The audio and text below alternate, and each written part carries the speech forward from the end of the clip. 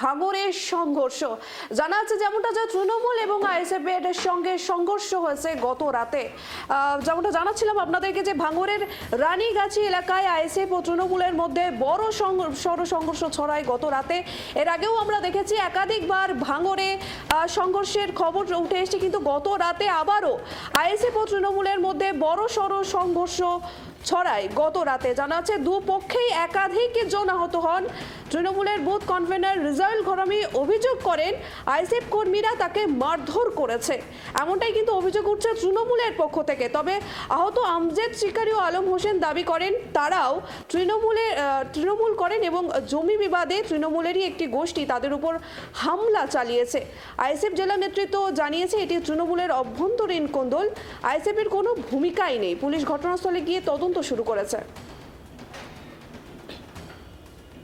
আবারও আপনাদেরকে জানিয়ে রাখবো, ভাঙড়ের রানীগাছি এলাকায় আইএসএফ ও তৃণমূলের মধ্যে বড় সংঘর্ষ ছড়ায় গত রাতে। এর আগেও আমরা দেখেছি যে ভাঙড়ে একাধিকবার সংঘর্ষের খবর উঠে এসেছে, ভাঙড় একাধিকবার খবরের শিরোনামে উঠে এসেছে, কিন্তু আবারও গতকাল রাতে ভাঙড়ের রানীগাছি এলাকায় আইএসএফ ও তৃণমূলের মধ্যে বড় সংঘর্ষ ছড়ায় গত রাতে। আমরা এই বিষয়ে আরো বিস্তারিত জানবো। আমাদের সঙ্গে রয়েছে আমাদের প্রতিনিধি গোপাল। গোপাল, ঠিক কি অভিযোগ উঠছে বিস্তারিত জানাও।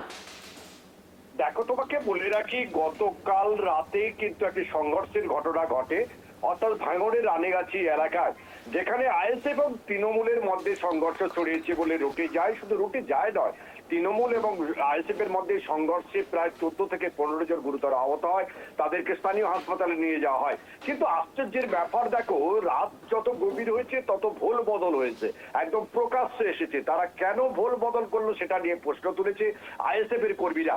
যখন দেখা যাচ্ছে আইএসএফ তৃণমূলের মধ্যে সংঘর্ষ, তখন হঠাৎ করে যারা গুরুতর আহত হলো, যাদের গাড়ি ঘরদোর ভাঙচুর হলো, তৃণমূল ভাঙচুর করেছে বলে আইএসএফ অভিযোগ করলো এবং তারাও বললো। পরবর্তীকালে দেখা গেল তারাই আবার বললো তারাও তৃণমূলের সমর্থক। আশ্চর্যের ব্যাপার এটা। এখানে কিন্তু আইএসএফ যেটা প্রশ্ন তুলেছে, এদেরকে ভয় দেখানো হয়েছে, হুমকি দেওয়া হয়েছে, বাধ্য হয়ে তারা ভুল বদল করেছে। যাই হোক না কেন, গতকাল এই রাতের ঘটনায় ইতিমধ্যে 9 জনকে আটক করে জিজ্ঞাসাবাদ শুরু করা হয়েছে। কারণ কি কারণে ঘটনা ঘটেছিল, তৃণমূলের পক্ষ থেকে যেটুকু জানানো হয়েছে, তৃণমূলের যে সভাপতি রয়েছে তিনি ওই এলাকা থেকে যাচ্ছিলেন, তখন তাকে আটক করে আইএসএফ এর কর্মীরা মারধর করে। অন্যদিকে আইএসএফ বলেছে তারা তৃণমূলের লোকজন তাদের বাড়িঘর আক্রমণ করে, মারধর করে।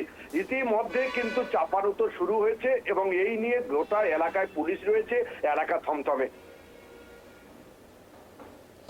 ধন্যবাদ গোপাল। যেমনটা জানাচ্ছিলাম আপনাদেরকে, ভাঙড়ের রানীগাছি এলাকায় আইএসএফ ও তৃণমূলের মধ্যে বড় সংঘর্ষ ছড়ায় গত রাতে।